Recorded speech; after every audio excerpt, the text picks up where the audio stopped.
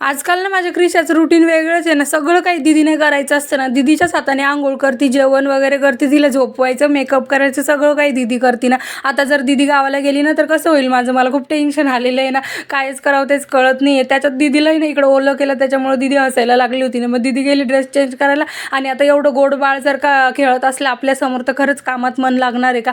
नाही ना. सगळे काम तसेच पडलेले असतात ना. त्यालाच घेऊन बसावं वाटतं ना, असं त्याचं लाड करत बसावं वाटतं. मग तिचे कपडे वगैरे बदलला आणि म्हटलं चला आपणही थोडंसं मेकअप करून डोकं वगैरे विसरून घेतलं होतं आणि स्वयंपाक करायचं होतं ना. किचनमध्ये गेलं, पहिलं पाणी पिलं ना. एवढं तहान लागते ना आता उन्हामुळे, सारखं पाणीच प्यावं वाटतं ना.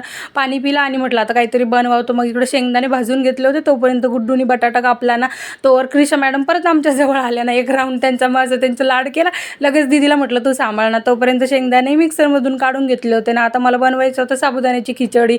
म्हटलं चला काहीतरी रोज भाजी चपाती खायचं पण कंटाळा येतो ना. मस्त इकडं असं साबुदाण्याची खिचडी बनवली होती आणि त्याच्यासोबत चपाती, लोणचं असं खाल्लं होतं ना. सॉरी, कैरी. आणि मग काय दीदीची मैत्रीण आलेली होती, असं काही ब्रेसलेट वगैरे बनवत होतं ना. सेम टू सेम बनवायचं होतं त्यांना चौघींना. मस्त त्यांनी असे ब्रेसलेट वगैरे बनवले आणि छान अशा खेळत होत्या ना. तर चला मग आता इथंच ब्लॉग चेंज करते. बाय बाय, भेटू.